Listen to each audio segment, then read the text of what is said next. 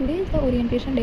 हाय, मैं हूँ सबा और आज मेरा पहला दिन है कॉलेज में, जो कि ओरिएंटेशन डे है। यहाँ पे मैं और मेरी दोस्त तैयार होकर अभी जा रहे हैं पार्सल लेने। हमने ब्लिंकिट से मंगाया था अम्ब्रेला, क्योंकि गाइस हमें थोड़ा दूर जाना पड़ता है और धूप भी बहुत होती है इस पर। और अभी हम जा रहे हैं मैस में ब्रेकफास्ट करने, क्योंकि हमारा ब्रेकफास्ट का टाइम हो चुका है।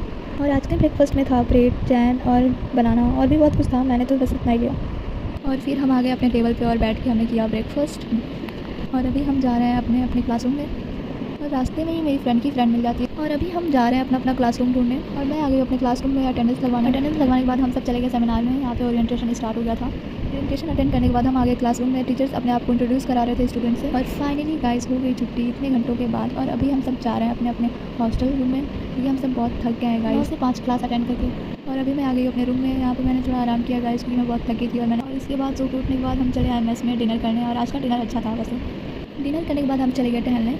उसके बाद आके देखा तो बहुत लंबी लाइन लगी हुई थी अटेंडेंस के लिए हॉस्टल में। And that's it for today. Bye guys.